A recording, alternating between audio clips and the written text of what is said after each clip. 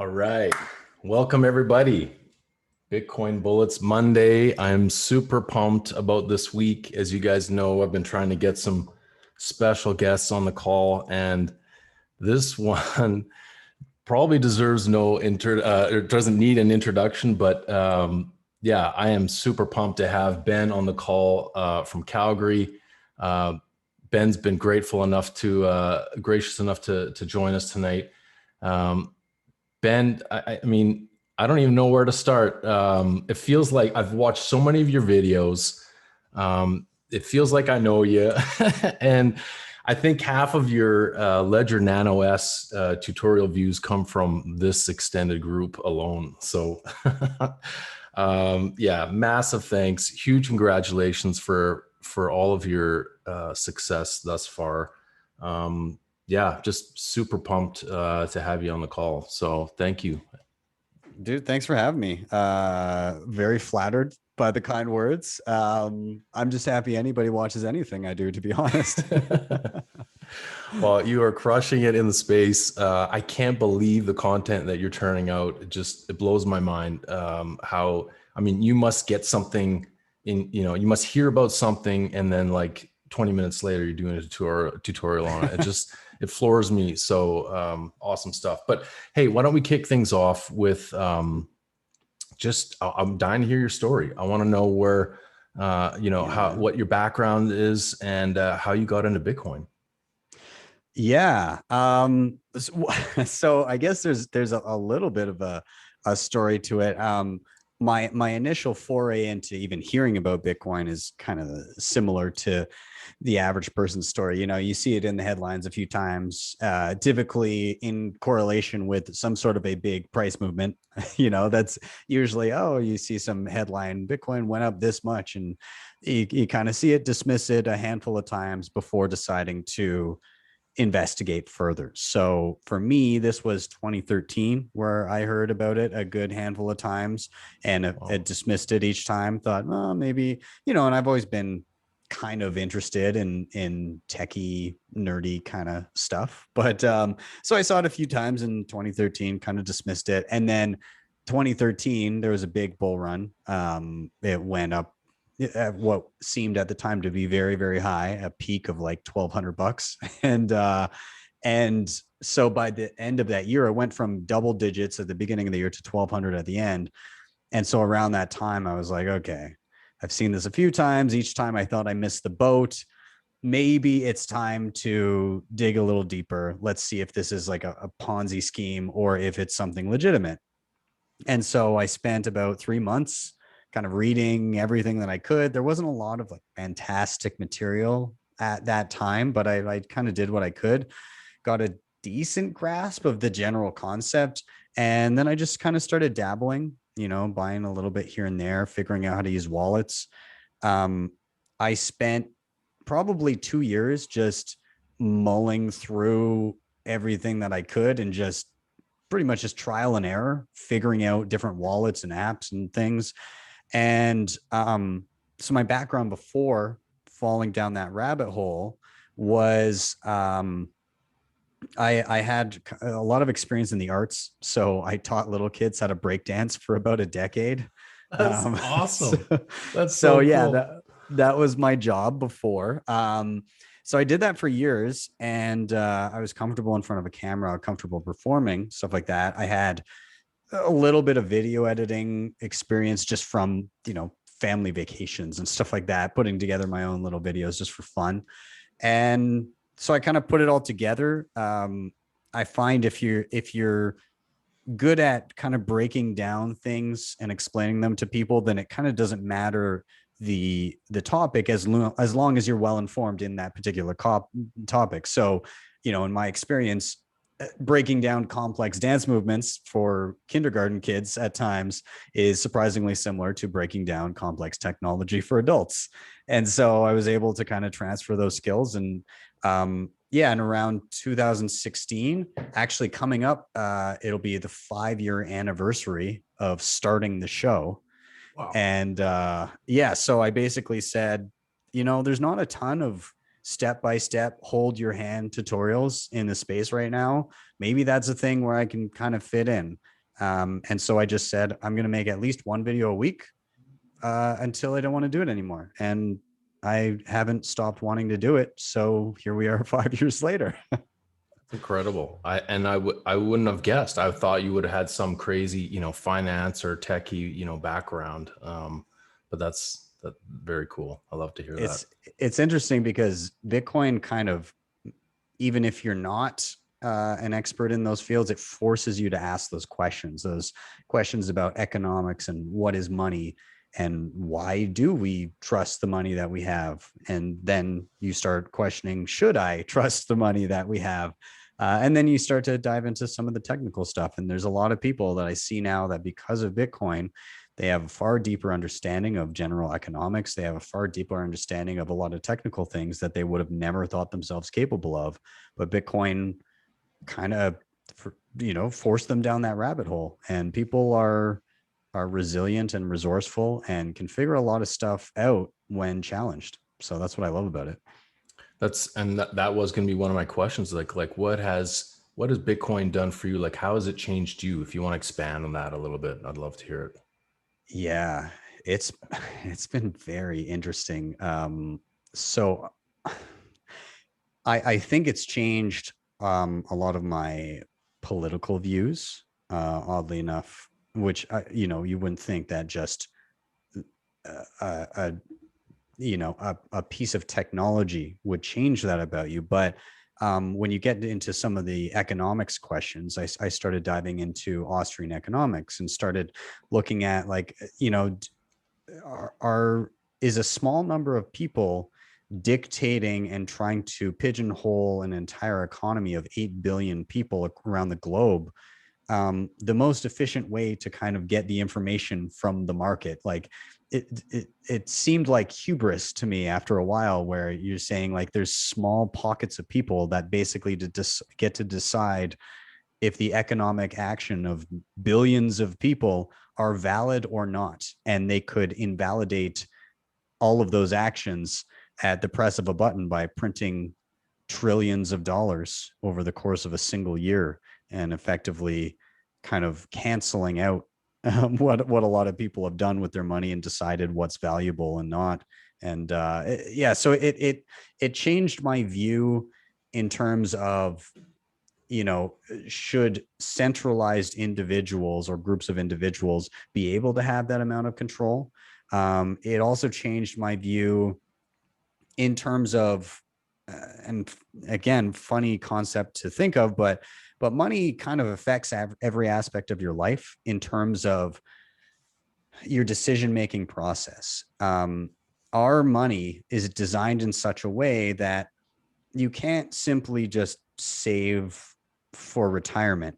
You can't just pick a job that you're good at, put away your dollars and be fine. You're forced to effectively gamble and speculate on stocks and other things that you typically probably wouldn't have dove into unless you really understood and believed in something. So it's forced speculation. And it also kind of, instead of having that tendency to look into the future, because if you have a money that allows you to plan for the future, it's easier to do. When you don't have a money that allows you to plan for the future, it kind of, it pulls back the scope of where you're looking to, and it kind of makes you short-sighted in terms of planning your life. And so in shifting to kind of a Bitcoin standard where there's certainty around how my money functions, and even though it's volatile day to day, long term, I have the ability to plan around it. It shifts your planning, or what's known as your time preference, to a much longer scope of time. So it's called low time preference, because you're not worrying about the short term.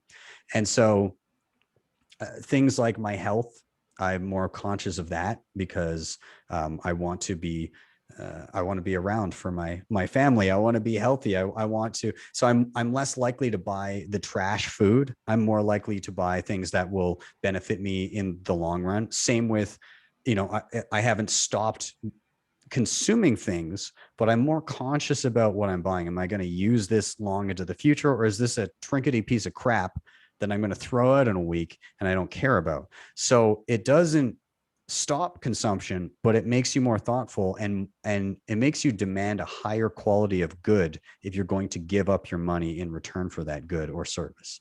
So there's been a lot of shifts. It's very interesting how much this has made me rethink my approach to life. That's so true.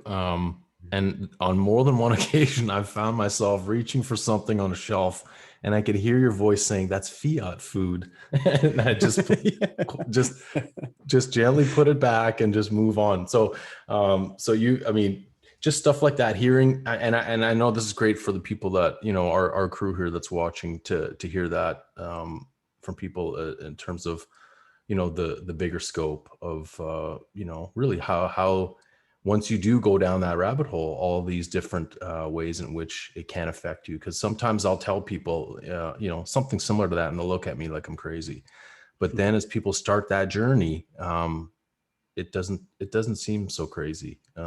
It is hard to get into that mindset until you're actually in that lifestyle, right? Until you, and there's a lot of reading, there's a lot of examining how things currently are to get to that point. So it's a tough jumping off point to be like, hey, there's this digital funny money that changed my life, and now I think for the long term because of it. People are like, are you crazy? But like when you step back and you look at the implications of what our money does and how it's literally one half of every transaction that we ever execute. Of course, it's going to have profound implications on your mannerisms and your behaviors. Absolutely. And so you're a family guy now. You've got kids, more than I've one? I've I've got two. Two, right? So Yeah. I've got a little girl, and she's turning 4 pretty soon, and I've got a newborn son. He is just over 2 months old now. Well, congratulations. Thank That's you. that's great. And I've seen a couple of your tweets before. I think they were during a dip where you were showing excessive pride about your wife saying, "Yeah, just hodl." And so so my one of my questions is, a lot of people will start that journey, they'll start down the rabbit hole, and then they've got a significant other or partner or spouse. How does that factor in with relationships, and would there be any advice that you would have for people that are in a partnership, that you may be the one that is fully orange pilled, and your partner's kind of giving you that, Yeah. the crazy eye? So you got to go easy. I think you have to have these conversations with a low time preference in mind, because it's not like you're not going to sit down for a coffee, and by the end of the coffee they're going to be like, cool, fully on board, I get it, hodl, stack sats, stay humble. Like they're not it's Right, just yeah. not going to happen, right? um so with me and my wife, we talk all the time, and so she over the years has picked up on things. I'm very lucky in that she's always been very supportive, and even though at first she was like, what the hell are you doing? Is this what are you spending half of your time on now? What are you starting to work on almost full time now? Shouldn't you focus on your other job? Like there's a little bit of that, but um as as it kind of became more of a mainstay in my life, and I started having those little conversations with her, she would pick up things here and there, and I would hear things from her, or I'd bring up a tweet or something. We're all sitting on Twitter all the time, and I'd bring up something, and I'd say, look at this, what do you think of this? And she'd go, oh, well, that's stupid. And I go, oh, you get it. Oh my God, you get it. I'm so excited. And so like she would pick up on little things Yeah. where she started to understand a little bit about how Bitcoin worked. I put a little bit of Bitcoin into a wallet for her so she could kind of watch it, and I guess it was almost just like an entertainment factor type thing.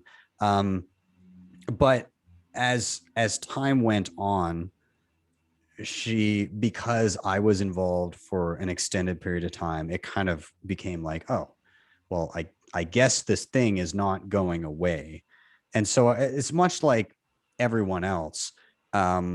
with enough touch points with it, with enough decent information, people start to get it. And so with her, it was just little conversations and trying to put it in context, as with anybody, as I would talk to them about it. Um, hey, don't you notice that things are getting more expensive? Like, doesn't it feel weird how we're feeling like we have to work more, take extra shifts, and it's still harder to scrape by? Shouldn't it be the opposite? Shouldn't technology that's making things easier for us mean we should be able to work less? And getting them to kind of come to those questions that all of us Bitcoiners have already asked ourselves and figured out kind of, oh, we got to fix the money. So I guess not telling people the answers to the questions, but getting them to ask the right questions is kind of my approach. I love that. And it is to be handled, I guess, delicately in some ways, and it is a process. And I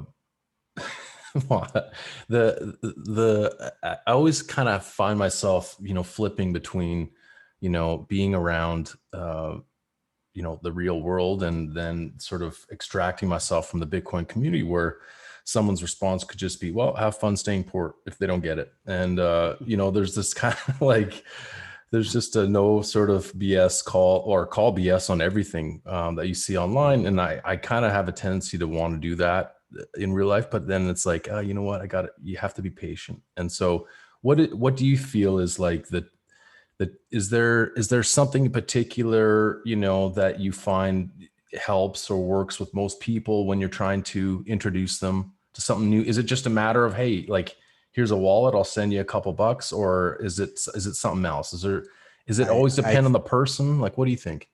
It definitely depends on the person. The wallet thing, depending on who you're dealing with, but the wallet thing, by and large, I don't think works at all. No. Because I've done that many times in the past. And how many times have I had somebody come to me and, hey, remember that Bitcoin you sent me a long time ago? This is like years later when it's appreciated God knows how much, and the $5 that I sent them is like a few hundred or whatever. And I'm like, well, did you do the things that I said were important, like backing up your wallet? No, is it the same phone? No, I've got a new phone. Okay, well, sorry, man, but that money's gone. So it depends on the person. So I don't think that the wallet thing and giving people free Bitcoin is the answer.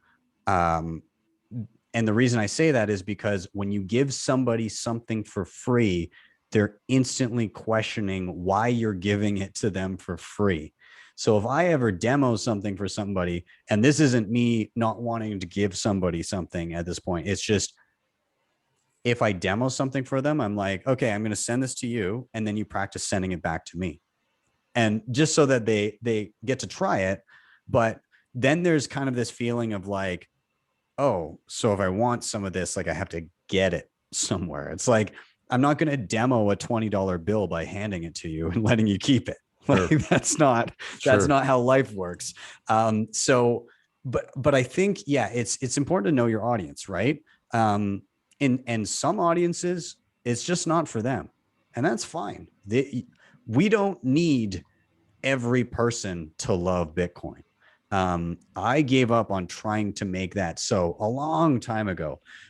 What you can do, though, is ask questions of the person and kind of get an idea for their situation and where it might benefit them. You're not trying to tell them why it benefits them. You're trying to examine where it might actually be a benefit to them. So, the inflation angle is one thing. Like, isn't it more difficult to live nowadays? Like, do you see how prices are going up insane? Like, it's getting so difficult to afford a house. Many people will never be able to buy one now. Things like that. Or perhaps they travel a lot and they try to send money overseas to family members or something like that. There's an attack there. A lot of people that already understand sound money and are kind of, like gold bugs, precious metal, people that are big into precious metals, they understand the argument of sound money. So then you could dive down the rabbit hole of, like we did have sound money, and it would have been great if we stayed on a gold standard. I wonder, like, why did that fail though? Why was that able to be co-opted? Well, part of it was the physicality of gold. It necessitated centralization of custody and made it easy for confiscation. And as soon as we extracted or extrapolated out to a layer of cash with a peg that could be broken, it was just a matter of time. With Bitcoin, this is not a problem because it's natively digital, and you don't need that. You don't need that kind of separation. You don't need a peg to be held because you can just use Bitcoin. So you can have the conversation based on the person's individual experiences and where they are in life. Some people will just not be interested. If that's the case, don't push it because you're just putting them off being interested. Just be like, oh yeah, maybe it's not for you. They'll come back later. A few years later, they're going to be like, hey, can you explain this again to me? You'll definitely get that instead of if you had pushed. Yeah, no, that's a good point. We're well, I mean, we're both in Canada. We're sort of feeling the effects, as you mentioned earlier, with inflation. The stuff we're buying is getting smaller, so not surprisingly, and there doesn't seem to be a whole lot of faith in what's currently happening, policy wise. Where do you see Canada sitting right now, and in the coming years, do you have a big concern, the way Yeah. that a Greg Foss would say, the debt Yes. spiral is inevitable, for Yeah. Canada, and it could default and so on? Yeah. I think Canada's in a position that's it could be difficult. A lot of people point to the US and say, oh, they're super screwed, but realistically, currently being the world's reserve currency, like they're the last domino to fall. Right? Like if the system collapses, they can just kind of keep printing and printing, and they're going to be the ones that are most insulated. And the external countries, Canada, it's a race to the bottom with national currencies, right? You don't want to have your currency too valuable, because then nobody's going to purchase goods from your country. It's going to be too expensive, so everybody keeps trying to devalue their currencies, and it's just this snowball effect. And so you're in an instance where a lot of central banks aren't holding meaningful reserves. Canada no longer has any gold reserves. That, I think, as of 2016, that was true. So we haven't had any gold reserves in our country for like 5 years now. So we're in kind of a position where we're not the reserve currency. We Our central bank balance sheet is basically a hockey stick. And I love that you brought up Greg Foss, because he talks about credit default swap, which is basically like the free market betting on the chance of default, or not being able to pay back debt. And so right now, Canada, the rating agencies have us above the US. But when you look at the free market, the credit default swaps, the bets that Canada is more likely to default than the US are much higher. So what are you going to believe? The ratings agencies, which can be coerced into or paid off to effectively give bad ratings, which was absolutely the case in 2008? Or are you going to listen to the free market saying there's a higher risk that Canada will default than the US? It's not saying that it will, for sure, but it's saying that there's a greater risk there, and so they're pricing that in. So yeah, I think Canada's in a precarious situation. Or the real estate market is insane. And this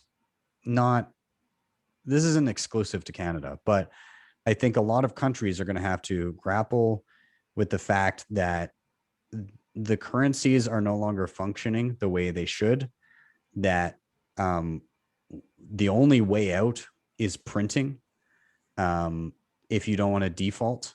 And I think that's the route that every country on the planet is going to go. It's going to be, we got to print more, we got to print more.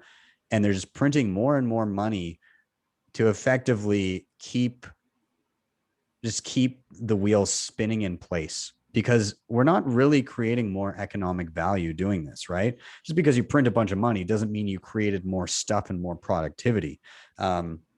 So we're seeing where that money is flowing to. In the general scheme of things, if you just printed a bunch of money and equally divvied it out to everybody, there would be no net effect, right? Because there's more dollars. Everybody has the same percentage of total dollars, and there's the same amount of stuff.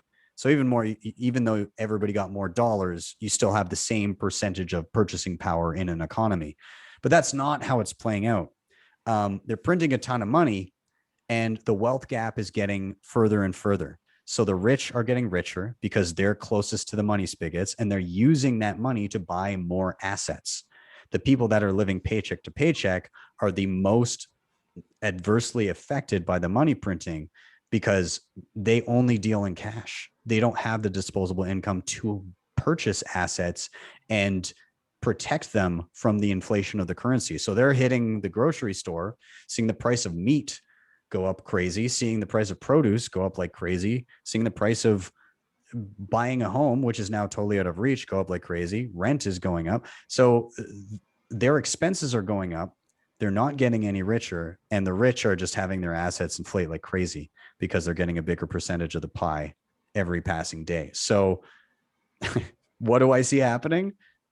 More of this until it's no longer sustainable. And I don't know how long that lasts, but I know I've already opted out of it.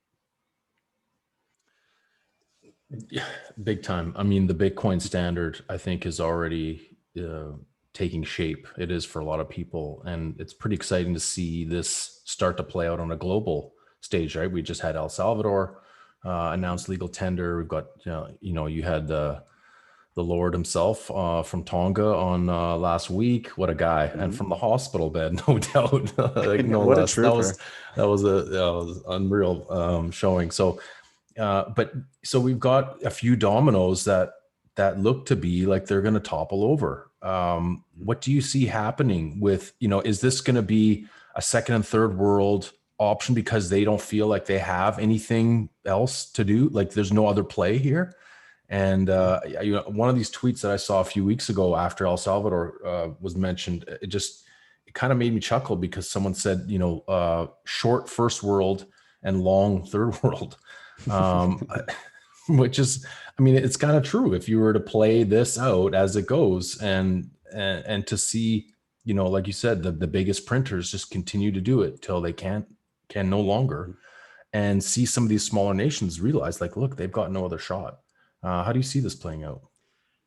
So watching that announcement, let alone watching it live from Miami, which was otherworldly, it was a crazy moment watching Jack Mallers announce that the first country on the planet was making Bitcoin legal tender and would be likely holding Bitcoin as part of its they'd be holding it in a fund.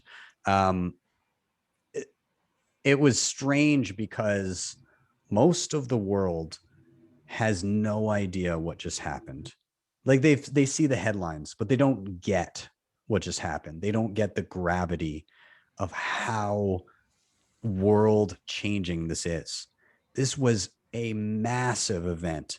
And the craziest part was being there, being with all of those people that really understood the implications of this and were just like, I cried because, I mean, it was such an emotional speech from him, and seeing he'd been on the ground in El Salvador and he understood the struggle those people are going through.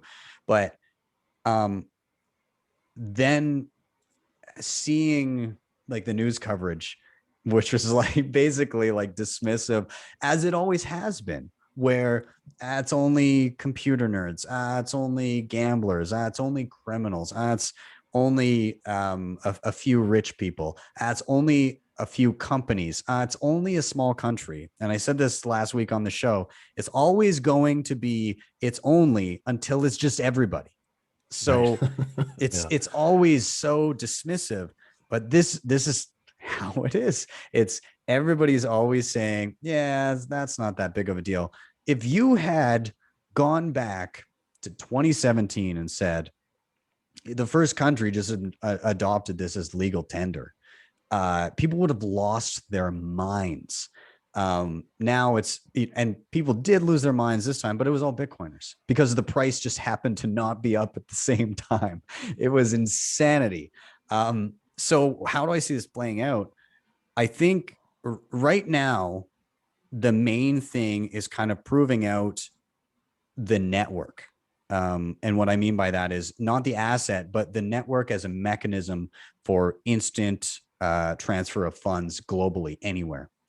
And so this is what Jack Mallers and Strike are trying to do, and the guys at Bitcoin Beach and all the people that are kind of honing in on El Salvador to try and help there is, the remittance market down there effectively is people sending small amounts regularly from abroad. They've left the country to go and work and send money back to their families, and they can't afford to send a lot of money back at each time. So if you're sending large amounts of money, then sure, yeah, you're getting hit like 1%, but there's like a minimum threshold of fees. And so if you're sending $50, then probably half of it's gone by the time it gets there.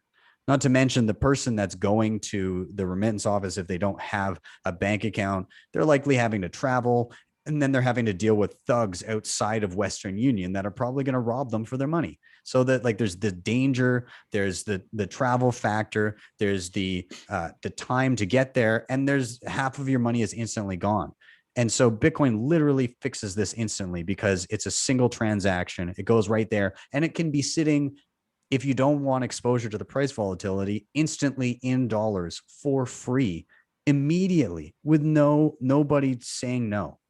And so I think in proving out that, all of a sudden, like 20% of El Salvador's GDP is remittances. And so you got to think at times half of that is gone just from being skimmed off the top in transit. Tonga, Lord Fasitua is his name, was on the show, and he was saying 30 to 40% of his island nation's GDP is remittances.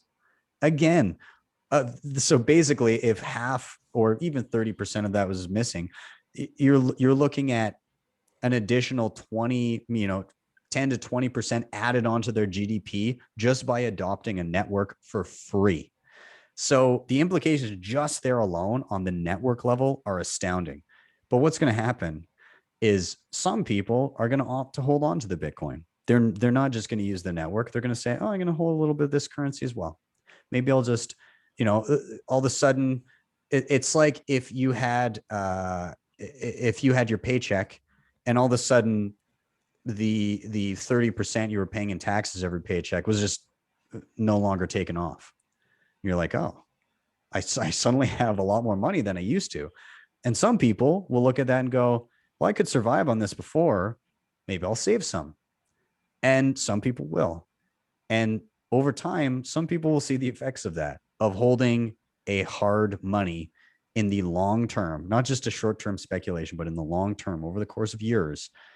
And some countries will hold that, right? Because it's not just going to be El Salvador, right? No. They're going to see that remittance market change. They're going to see that GDP bump, and other countries are going to go, we got to do something like this. We at least have to utilize the network. And so what comes from that? A few new hodlers, right?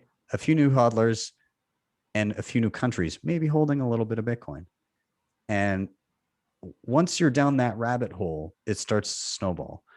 I think that in the coming years, we're going to see many more countries jump on board, maybe even sooner than we think. And I think that the effect will be profound. Even if it's not immediately reflected in the price of Bitcoin, the change to people's lives will be profound. And the change to the Bitcoin network will be profound. stuff that will be built out on top of it will be insane. And I think that the asset itself will reflect that in market cap over years.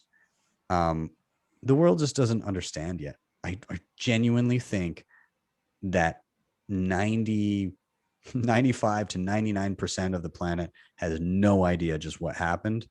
But in retrospect, they'll look back and say, oh, of course, that was the beginning of a new paradigm. But nobody realizes at the moment it happens, or very few do. And I think we're very lucky to have seen it and understood the implications when we did. I think anyone who's if you're not getting choked up listening to Jack Mallers, I think you're dead inside. Honestly, like, Yeah.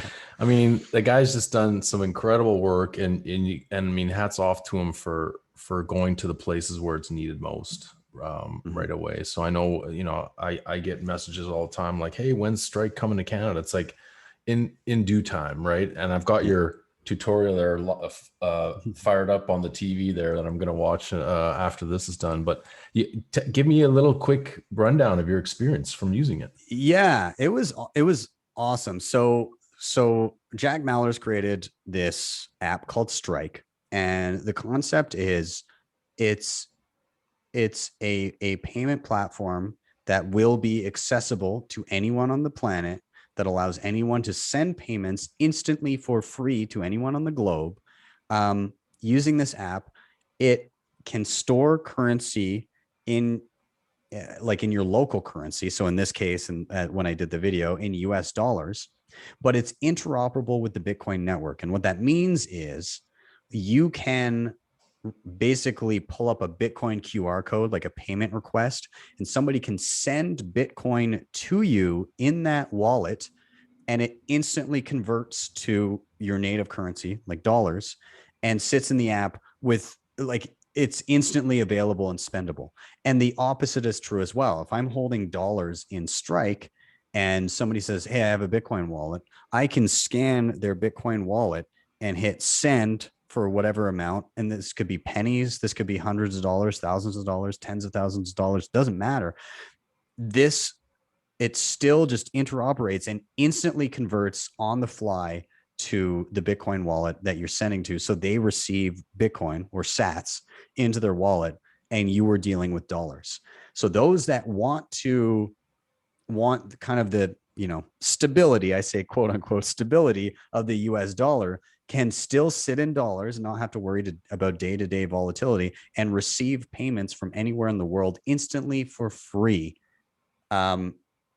But they can still interact with the Bitcoin network. And if you don't want to have it sitting in dollars, you can still receive the payment there, and you can send it out to a free Bitcoin wallet app on your phone and hold it in Bitcoin if you want to do that.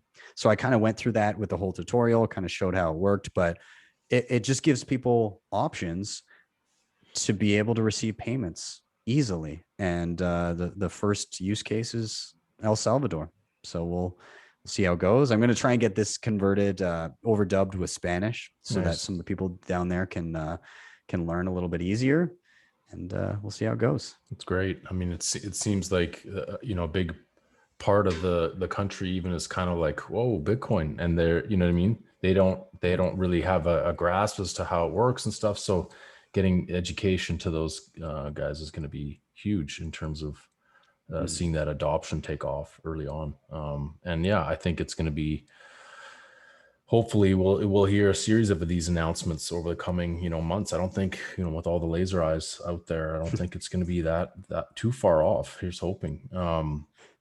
But I mean, that's a good point though. I think, the Bitcoin, the network in terms of applications like this kind of is, it's the Trojan horse in, right? Because there's just so much FUD or has been as of late, for typically the asset. Like, I don't think anyone, you could sit them down and say, hey, look, we want to make someone's life in El Salvador, their lives easier because here's the situation.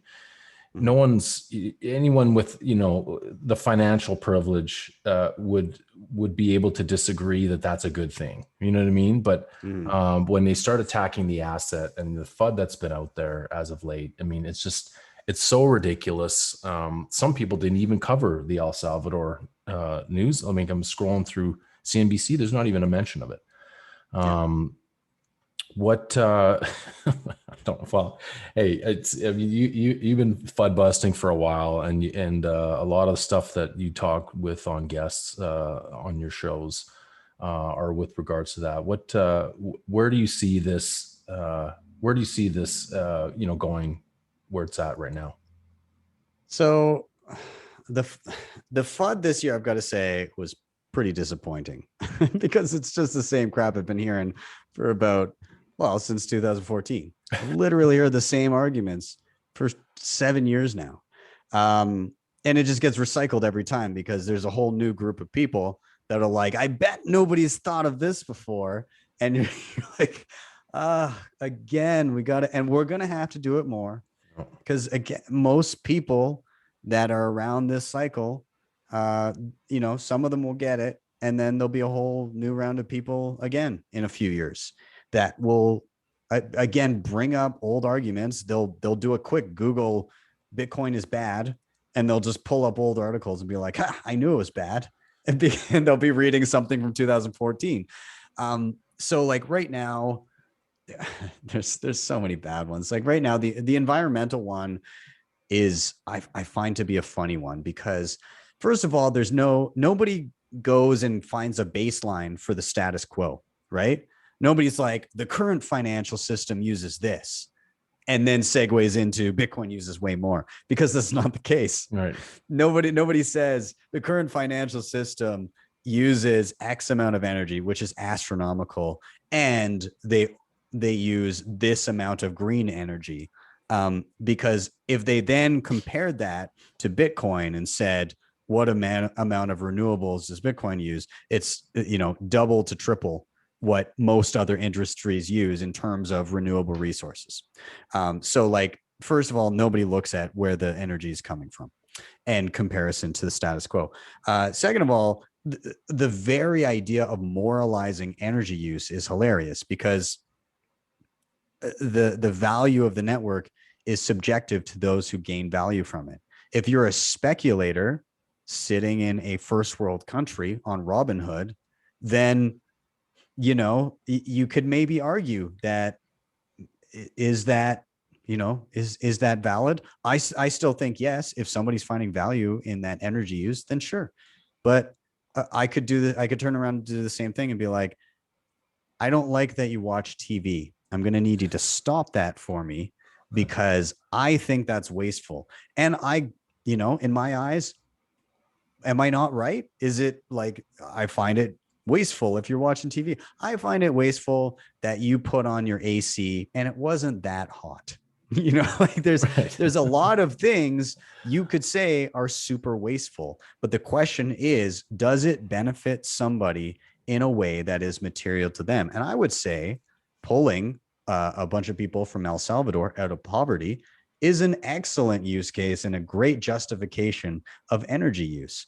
Are we going to say that people should never drive a car again and always walk and use horse and buggy because it uses too much energy? Or are we weighing, well, we can get places a lot quicker and do a lot more stuff because we can move faster?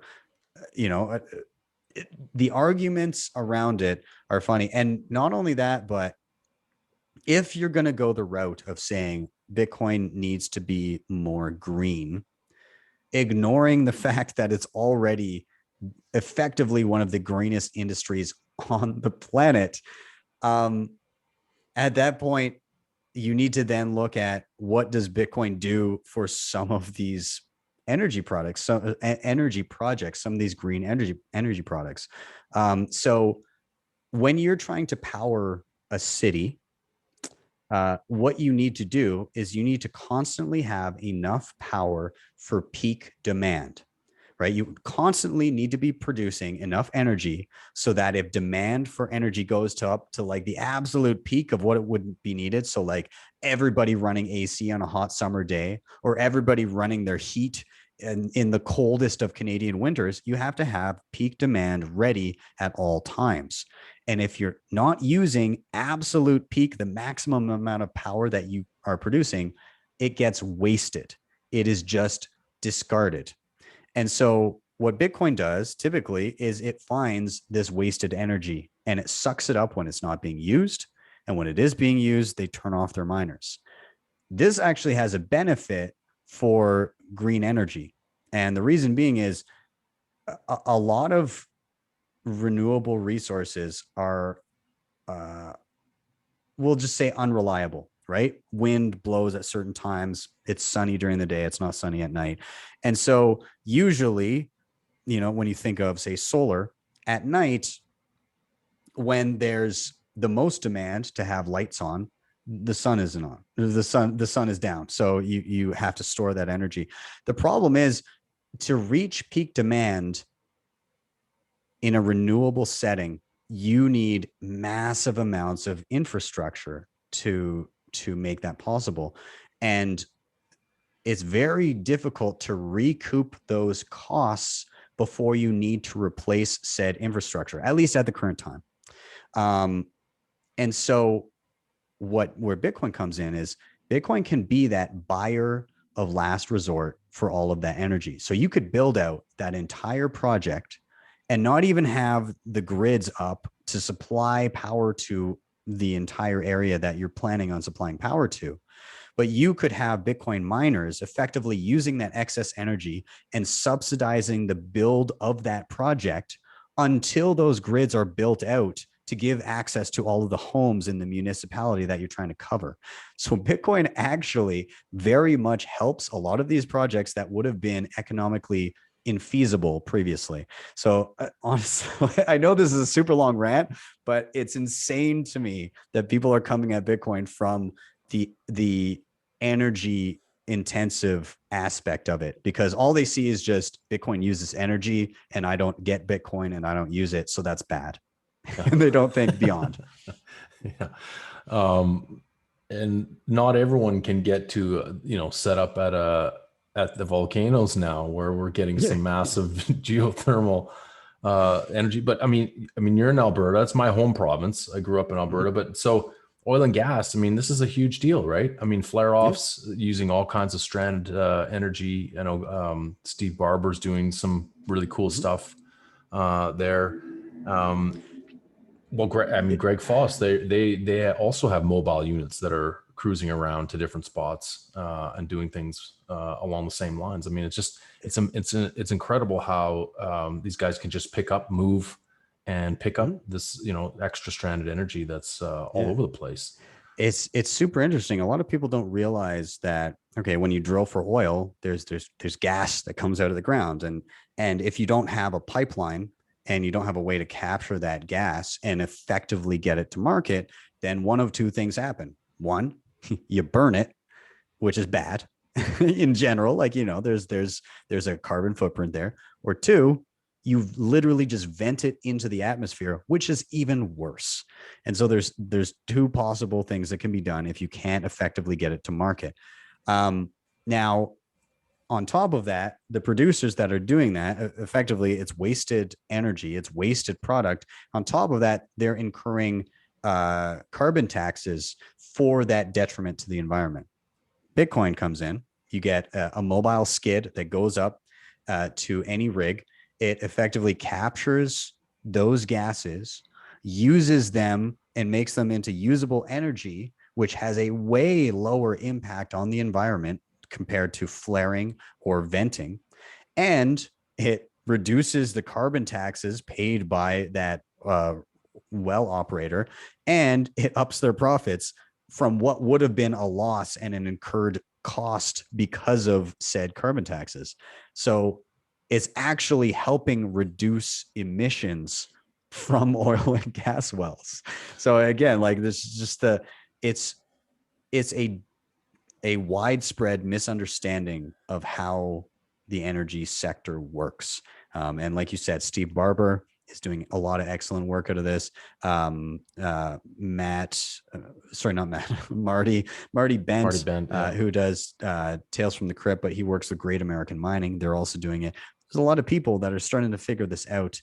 And in the end, what will result is finding the most efficient ways to utilize power possible and Bitcoin able to subsidize energy projects until they're able to get cheap, efficient energy to people that really need it. It's a no-brainer, and yet politicians seem to, for the most part, still be vehemently against it, just because of the financial system that we're in, which is unfortunate. Yeah, and the thing is, you're not going to get the conversation we just had in a 30-second hot take on CNN, right? This is just not the format, right? They want quick clicks. They want a hot take that can be put on YouTube for more views.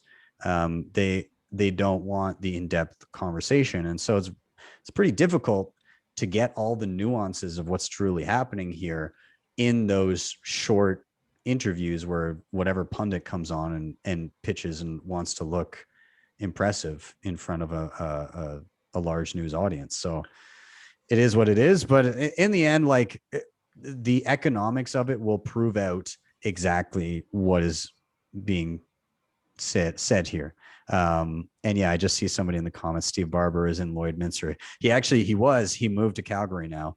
But yeah, he's an awesome guy and very smart.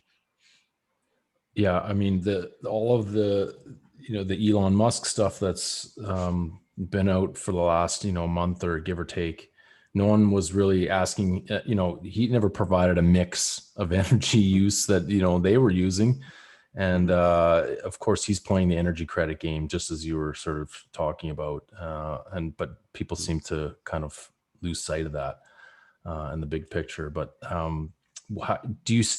is there a concern, or just to answer this for people that may have heard of bits and pieces about how Elon can manipulate the market with the tweet here and there, is there a concern? Should people be worried about that? I mean, a lot of people can manipulate a lot of markets with a tweet. There's a lot of stuff that can happen. I mean, he was the richest man on the planet. Of course, when he tweets about anything, it's going to move. Right now, he's legally not allowed to tweet about publicly traded companies and manipulate those, because the SEC will slap him for that. And he's gotten in trouble for that. But because Bitcoin is not a publicly traded company, it's an open network, and it's being treated as property or as a commodity in the US, he can tweet whatever he wants about it, as incorrect as he may be. It's funny because while he does know a lot of cool stuff about rockets, he's definitely smarter than me in that regard. He's very, very wrong about Bitcoin, and he really seems he's just learning in public, but very poorly. Yeah. Like he's not asking good questions and looking at data that's being provided to him in real time. He seems to have formed an opinion that was incorrect from the get-go, or not even really formed any opinion. and then kind of started accepting Bitcoin and put it on his balance sheet, and then it seems like he probably had some pushback from shareholders and people behind the scenes saying, oh, you gotta do something, because we got to get those carbon credits, and we got to be seen as green and everything like that. And right now the world says that Bitcoin isn't green, so we got to toe that line, I guess. So I don't know what it is, but it's funny that he said once Bitcoin is 50% green, then they'll start accepting transactions, as if accepting transactions has any implication. Like, it's not a certain amount of energy used per transaction. It's just a certain amount of energy used to secure the network as a whole. So like, it's all the math that he's doing about it doesn't make sense. And his solutions for it don't make sense because they sacrifice decentralization. He's just very wrong in so many ways. I don't know how to voice that better. It's shocking. Who are some voices as of late that you have really sort of gravitated towards in the space that you think are worth listening to, or maybe even not not the big names that we're used to hearing, but maybe some lesser known people? It's tough because all the people that were lesser known have started to become better known. Like you mentioned him before, Greg Foss is excellent. If anybody here has not read Jeff Booth's book, The Price of Tomorrow, that is just so excellent. And it's not even a book about Bitcoin. He does mention it near the end, but he's just talking about the implications of our money versus our technology, and how our money is inherently inflationary and our technology is inherently deflationary. And those two things do not work together. And in the end, something's got to break, and it's probably going to be the money. And so it's just a great view of the world that calls into question the very foundation of how we run our economy, and how it directly tries to undo all of the gains that we make in productivity through the technology that's supposed to make our lives easier. Whereas we should be able to work less and produce more. But the economy demands that we constantly work and produce more, regardless of how much we've already produced. You can't take a breath. And so one of the things that he talks about that I really like is how does that parse with trying to have all these green initiatives when our very economy demands increases and growth at all costs? It doesn't line up. So Jeff Booth is an excellent voice. Greg Foss is an excellent voice. I really love Preston Pish. Obviously, he's got one of the best podcasts out there. I'm trying to think off the top of my head. Now I'm like a little bit on the spot here. I'm looking really quick at my Why Are We Bullish? There's a guy he lives in Canada now. His name is Mauricio Di Bartolomeo, but he's from a company called Leaden, but he hails from Venezuela. So he's got a very unique take on what it's like to live in a regime that really lets the money printer go burr. And he's got some unique kind of stories dating back with his brother being in the country and mining Bitcoin and having to flee. So I did an interview with him a couple of years back about that, which was really enlightening. And damn, I'm just there's so many. There's the guys that do the website WTF happened in 1971.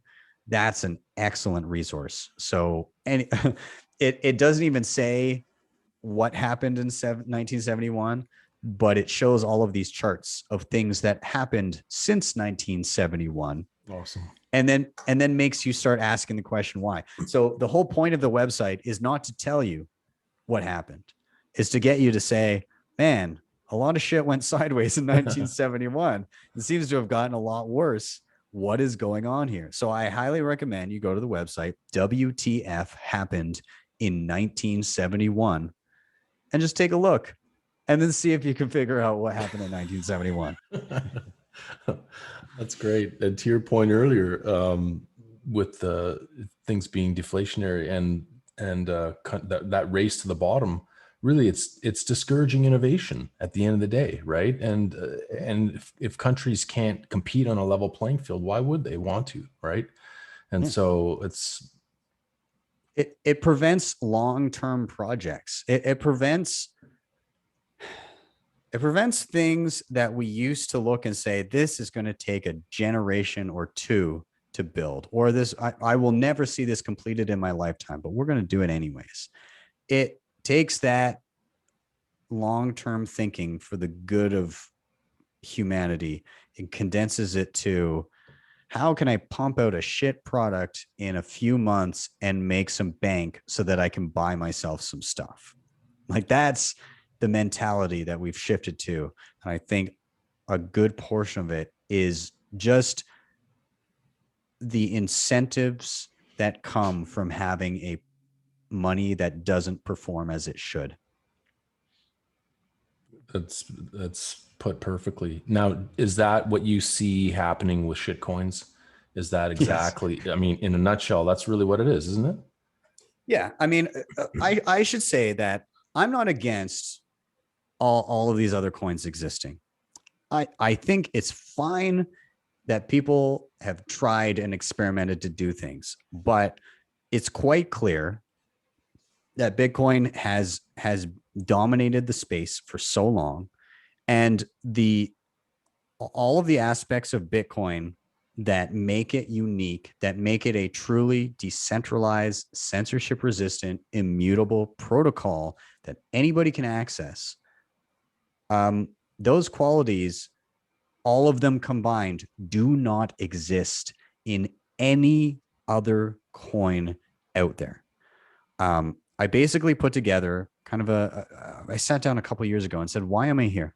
What do I want? And I wanted those qualities that I listed before. I said, okay, well, what do I feel is necessary to achieve those qualities? Well, I mean, it's got to be leaderless. There can't be like a central leader or foundation that I point to say these are the guys that will make the changes. Um, it has to actually be censorship resistant. I have to be certain that my transaction is final once it's finalized on the blockchain. Borderless, all of those qualities. Actually, be sound money. There's a limited amount, and be sure that those rules cannot be changed. So Bitcoin, effectively, you're probably never going to see a non backwards compatible change to the network unless it was an absolute emergency. And that's important because when you change the network in a non backwards compatible way, that means everybody has to upgrade at the exact same time, and which is incredibly hard to coordinate. And if you can do that, then it calls into question the certainty of the underlying the underlying rules that govern the network. How sure can you be that the 21 million cap on the number of Bitcoin is actually going to stay in place when you can easily change the protocol rules? And other coins do that all the time. They always change the rules. They always have what's known as a hard fork. And then one of the last qualities was, can I run a node easily? And so a node effectively allows you to host a copy of every transaction that has ever happened, as well as a copy of all of the rules that govern the network, so that if anybody does try to change those rules, your node effectively says, no, that's not valid. I'm ignoring what you've just done. So if somebody tried to create more Bitcoin that weren't supposed to exist, you ignore it and they end up on some different network that nobody sees as valid. So those things are very important. And all of those things combined, I reiterate, are not present in any other coin out there. So this is kind of how I look at it. It's not I chose Bitcoin and then I just don't like everything else because it's not Bitcoin. It's I chose the qualities that I need. And when I go to tick the boxes, nothing else ticks all the boxes except Bitcoin. Good point. And it's kind of like, that just going to the fact that, the sound money or gold, as you mentioned earlier, was never someone appointing it. It was chosen by the market because it met those qualities. And so it's baffling to me that people can't see those qualities now, and it's not just kind of like this light bulb moment all of a sudden, because for whatever reason people have a hard time wrapping their head around this scarcity element that we're Yeah. It's the physicality that people often can't get over. If it's digital, well, they're used to I think they don't understand the problem that Bitcoin solved, right? Bitcoin, the reason it was such a massive leap forward for technology is it solved the problem of digital scarcity. It literally made it possible to have something that is both digital and scarce. And so people have grown up their entire lives saying, everything digital can be easily changed, easily copied, and there's no such thing as something that is digital and scarce at the same time. And that has been true forever until now. And that is the profound paradigm shift that we've just come across and Bitcoin is the only one that has truly achieved it. And the world just hasn't grasped that yet. And they think that because, oh, okay, well, Bitcoin has had some value. Some people kind of get that digital scarcity is a thing now, but they think now just because there's a cryptocurrency somewhere that it has the same qualities of Bitcoin, which it just doesn't. So people on both sides of I believe that this is possible or I don't believe this is possible, both are by and large not grasping exactly what has happened yet, and it will take a long time for people to kind of hone in on the signal here and get what's important. Yeah, it's a great point. What was there a defining sort of moment? I mean, this is all you do now, right? This is full time for you. Was Yeah. there a moment where you were like I'm all in, like, and the switch flipped, and you just decided this is the way I want to go? When was that for you, and what I caused think it? one of I mean, I was pretty convinced in my first few years, like doing a lot of research about stuff, but I was still, my first 2 to 3 years, I was still dabbling in other coins, not much. I didn't have the conviction with any of them, but I played around. Um, I think the thing that truly sent it home for me was in 2017, something called the block size wars, which a lot of people may not be familiar with, but effectively, the 50 largest companies in the Bitcoin space, which at the time was basically everybody, and 80% plus of all of the Bitcoin miners, which people assumed at the time effectively ran the network and were able to control it, all of those people got together and said that they wanted to change the Bitcoin network. They wanted to change the rules and do something to allow more transactions per second.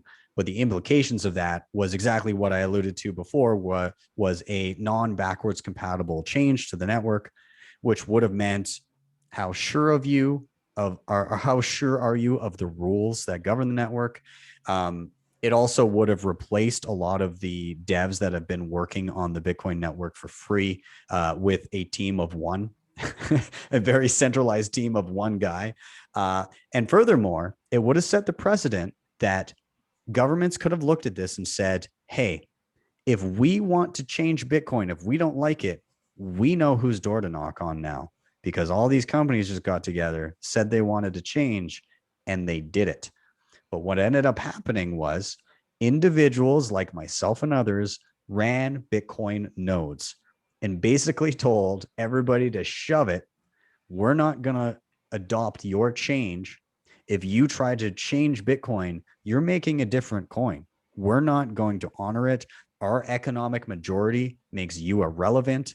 They even had a futures market, kind of basically people putting money on what would be more valuable. And the coin that all of these companies and miners were proposing to make, that they said was going to be Bitcoin, was actually going to be worth 25% of a Bitcoin.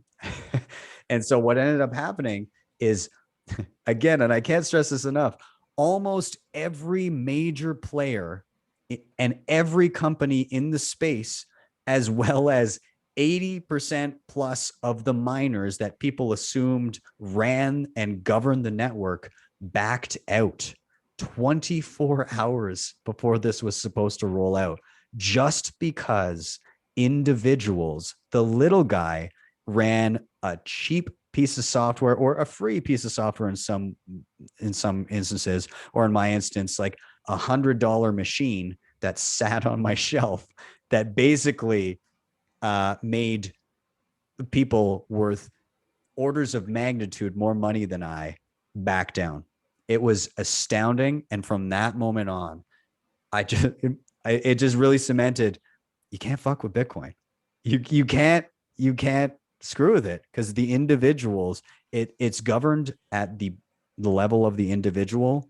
If you're a higher up, doesn't matter. That's a beautiful thing.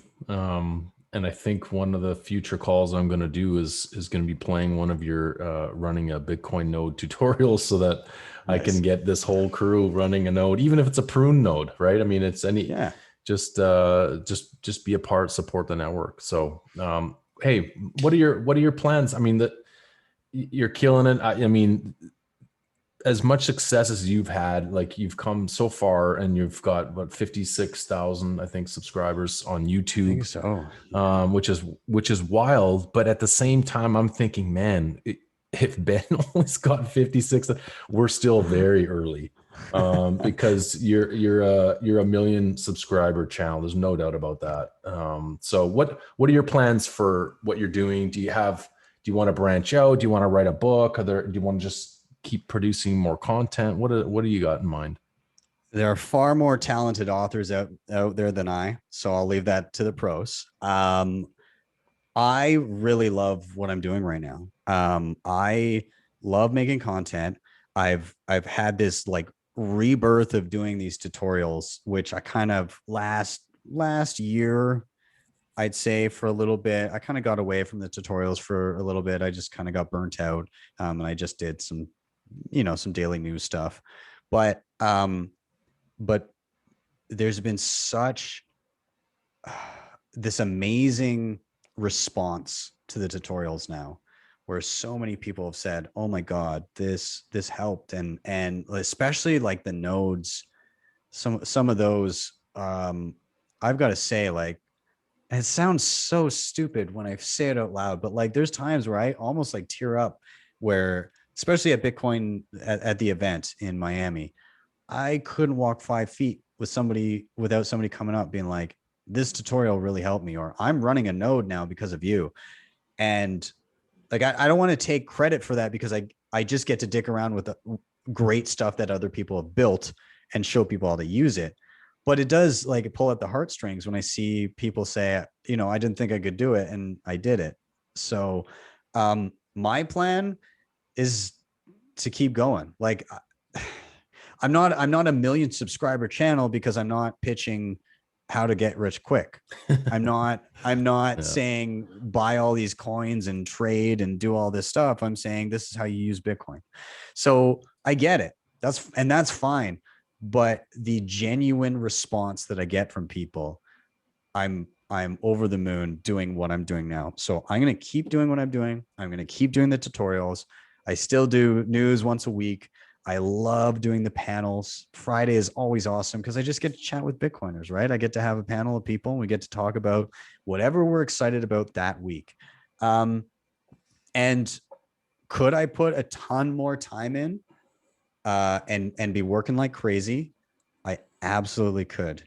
But to kind of bring it back to where we started this whole conversation, Bitcoin has made me reevaluate my life from the lens of low time preference. And I've got a family and I love my family. And I love that I can do something that I love for a job.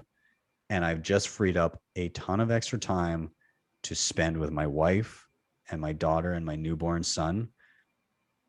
And I don't want to change that. So, in answer to your question, more of this. More I'm of the doing more same. of this. Hey, it's your contribution to the community is immeasurable. I can tell you that, and I will tell you that in person when I'm out west early August.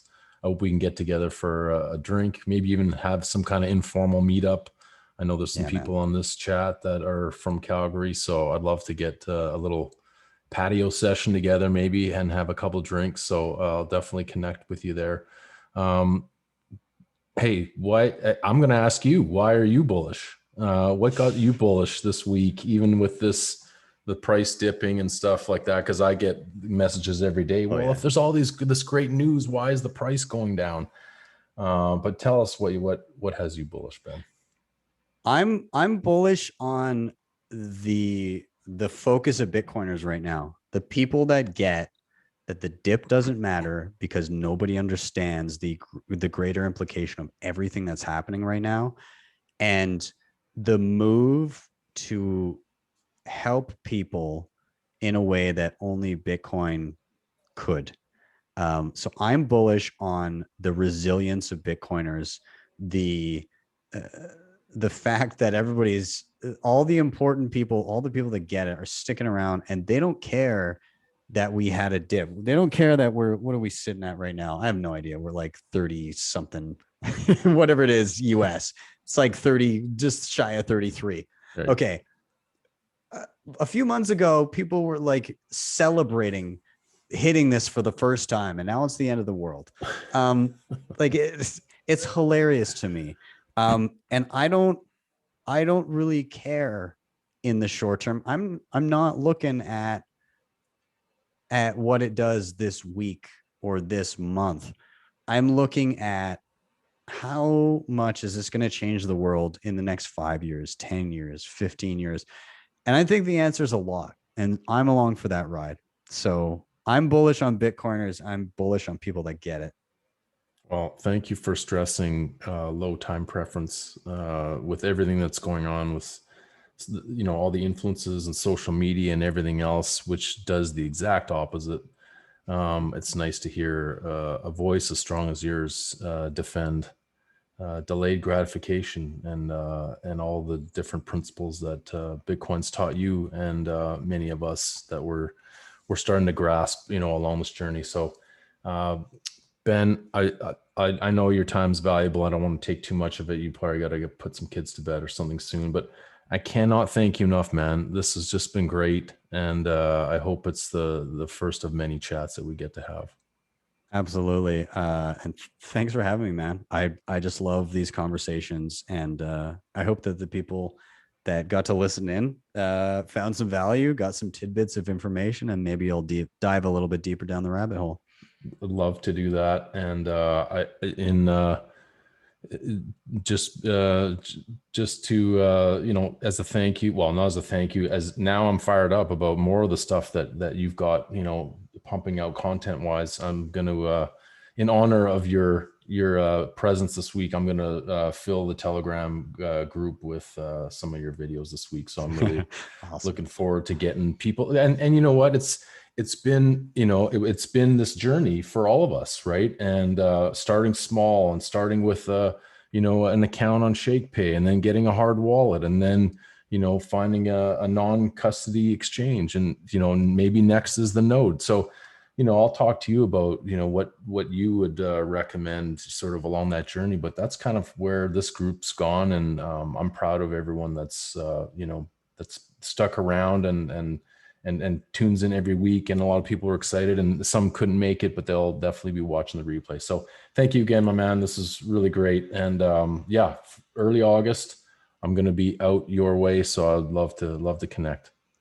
Awesome. I would love that. Hit Cool. me up whenever you're headed here. Definitely, man. All right. Thanks again. Thank you guys for hopping on tonight. Yes, it was great to have an audience. And I know you guys are very appreciative. I see some of the nice comments coming in for Ben. So thank you for those. Catch you next week, same time, and we'll do a little wrap up, and who knows what we'll be learning, and most likely with Ben's touch on it in some way or another. So have a good night, everybody. Ben, thanks again. Take care all. Thanks, guys.